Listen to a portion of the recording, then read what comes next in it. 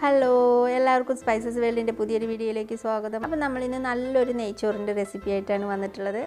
നമ്മൾ വ്യത്യസ്തമായിട്ടുള്ള കുറേ റൈസുകൾ തയ്യാറാക്കാറുണ്ട്. അപ്പോൾ അതിൽ ഏറ്റവും എളുപ്പത്തിലുള്ള ഒരു റൈസാണ് നമ്മുടെ നെയ്ച്ചോറ്. അപ്പോൾ ഇതെങ്ങനെ തയ്യാറാക്കാമെന്ന് നോക്കാം. അപ്പോൾ നമ്മൾ വീഡിയോയിലേക്ക് പോകുന്നതിന് മുൻപേ ചാനൽ ഇതുവരേക്കും സബ്സ്ക്രൈബ് ചെയ്യാത്തവരാണെങ്കിൽ താഴെ കാണുന്ന റെഡ് സബ്സ്ക്രൈബ് ബട്ടൺ മറക്കാതെ ഒന്ന് ക്ലിക്ക് ചെയ്യണേ. കൂടാതെ തൊട്ടടുത്തുള്ള ബെല്ലൈക്കണും കൂടി. അപ്പോൾ നമ്മൾക്ക് ഈ നെയ്ച്ചോറ് തയ്യാറാക്കാനായിട്ട് ആദ്യം തന്നെ ഇതുപോലൊരു പാത്രം ഒന്ന് എടുത്ത് വെച്ച് ചൂടാക്കാം. അപ്പോൾ അത് നന്നായിട്ട് ചൂടായിട്ട് വരുമ്പോൾ നമുക്കതിലേക്ക് നെയ്യ് ഒഴിച്ച് കൊടുക്കണം. അപ്പോൾ ഒരു ടേബിൾ സ്പൂൺ നെയ്യ് ഇപ്പോൾ ഇതിലേക്ക് ഒഴിച്ച് കൊടുത്തിട്ടുണ്ട്.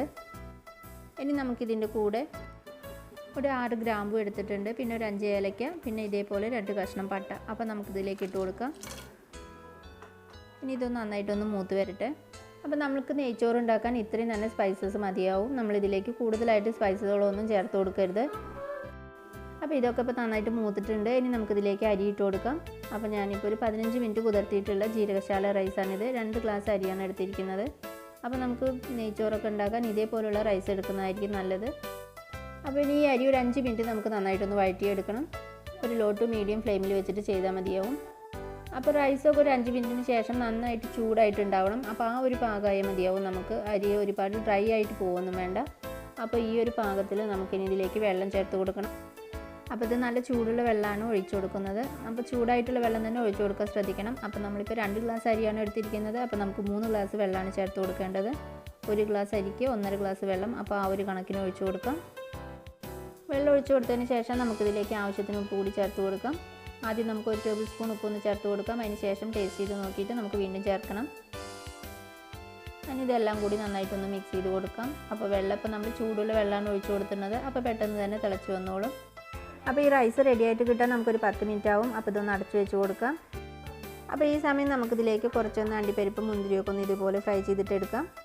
പിന്നെ ഇതിലേക്ക് ഒരു സവാള എടുത്തിട്ടുണ്ട്. അത് നീളത്തിൽ തിന്നായിട്ട് സ്ലൈസ് ചെയ്ത് വെക്കണം. അപ്പോൾ നമുക്ക് പെട്ടെന്ന് തന്നെ ഫ്രൈ ആയിട്ട് കിട്ടും.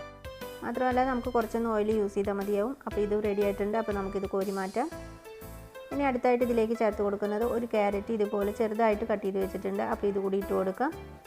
അതുപോലെ ക്യാരറ്റ് നമുക്ക് കുറേ നേരം ഒന്ന് വഴറ്റിയെടുക്കണ്ട. ഒരു 2-4 മിനിറ്റ് ഒന്ന് നമുക്ക് വഴറ്റിയെടുത്താൽ മതിയാവും. അപ്പോൾ നമ്മൾ ഗാർണിഷ് ചെയ്യാനായിട്ട് എല്ലാം റെഡിയാക്കി വെച്ചിട്ടുണ്ട്. അപ്പോൾ ഇതെല്ലാം മാറ്റി വയ്ക്കാം. അപ്പോൾ നമ്മൾ റൈസ് റെഡിയാക്കാനായിട്ട് വെച്ചിട്ട് 10 മിനിറ്റ് കഴിഞ്ഞിട്ടുണ്ട്. അപ്പോൾ നമുക്കിത് ഓപ്പൺ ചെയ്ത് നോക്കാം. അപ്പോൾ നമ്മൾ ഇതിൻ്റെ ഇടയ്ക്ക് നമുക്ക് 1-2 പ്രാവശ്യം ഇളക്കി കൊടുക്കണം. അപ്പോഴാണ് നമുക്ക് കട്ടയൊന്നും കെട്ടാതെ നല്ല ചോറ് കിട്ടുന്നത്. അപ്പോൾ ഇതേപോലെ കുക്കായിട്ടുണ്ട് നമ്മുടെ നെയ്ച്ചോറ്. അപ്പോൾ നമുക്ക് ഫസ്റ്റ് ഓപ്പൺ ചെയ്ത് ഇതേപോലെ ഇളക്കി കൊടുക്കുമ്പോൾ കുറച്ചൊന്ന് കുഴഞ്ഞ പോലെ ഇരിക്കണ പോലെ തോന്നും. നല്ല ചൂടോട് കൂടെ നമ്മൾ റൈസ് ഇളക്കി നോക്കുമ്പോൾ നമുക്ക് അതുപോലെ തോന്നും. ഒരു 10 മിനിറ്റ് കഴിയുമ്പോൾ ഒന്ന് ചൂടാറി വരുമ്പോൾ നല്ല പെർഫെക്റ്റ് ആയിട്ടുള്ള റൈസ് ആയിരിക്കും. അതുപോലെ നമ്മൾ നല്ല ചൂടിൽ നമ്മൾ ഒരുപാട് ഇട്ടിട്ട് ഇളക്കി കൊടുക്കരുത്. അപ്പോഴും ചോറ് ഉടഞ്ഞു പോകാനുള്ള സാധ്യത ഉണ്ട്. അപ്പോൾ നമ്മുടെ ഈ നെയ്ച്ചോറിനെ ഒന്നുകൂടി അടിപൊളിയാക്കാൻ വേണ്ടിയിട്ട് നമുക്ക് കുറച്ചൊന്ന് ഗാർണിഷ് ചെയ്ത് കൊടുക്കാം. അപ്പോൾ ആദ്യം തന്നെ നമുക്കിതിലേക്ക് 1 ടീസ്പൂൺ നെയ്യൊന്ന് ഇതുപോലെ സ്പ്രെഡ് ചെയ്ത് കൊടുക്കാം. അപ്പോൾ നല്ല ചൂടായിരിക്കുന്ന ചോറാകുമ്പോൾ നമുക്ക് ഇതുപോലെ കട്ടയായിട്ടുള്ള നെയ്യാണെങ്കിലും പെട്ടെന്ന് തന്നെ അത് മെൽറ്റ് ആയിക്കോളും. അപ്പോൾ ഇതുപോലെ ഒന്ന് ഇട്ട് കൊടുക്കാം. ഇനി ഇതിൻ്റെ മുകളിലായിട്ട് നമ്മൾ ഫ്രൈ ചെയ്ത് വെച്ചിരിക്കുന്നത് ഓരോന്നായിട്ട് ചേർത്ത് കൊടുക്കാം.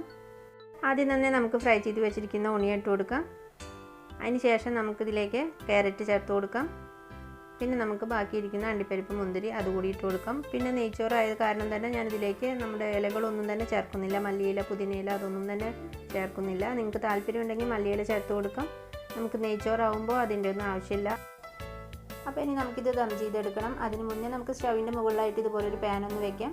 അതിലേക്ക് നമുക്ക് ഇതുപോലെ വെച്ച് കൊടുക്കാം. അപ്പോൾ ഒരു 10 മിനിറ്റിന് ശേഷം നമുക്കിത് ഓപ്പൺ ചെയ്ത് നോക്കാം. അങ്ങനെ നമ്മുടെ അടിപൊളി നെയ്ച്ചോറ് ഇപ്പോൾ ഇതാ റെഡി ആയിട്ടുണ്ട്. അപ്പോൾ അതിലത്തെ റൈസ് ഇതാ ഒട്ടും തന്നെ കട്ടയൊന്നും പിടിച്ചിട്ടില്ല.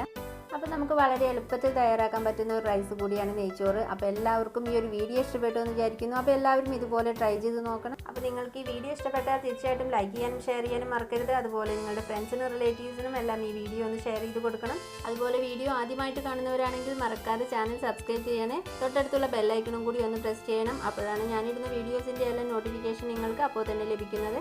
അപ്പോൾ ഓക്കെ ഫ്രണ്ട്സ്, നെക്സ്റ്റ് വീഡിയോ ആയിട്ട് കാണുന്നവരേക്കും എല്ലാവർക്കും നന്ദി.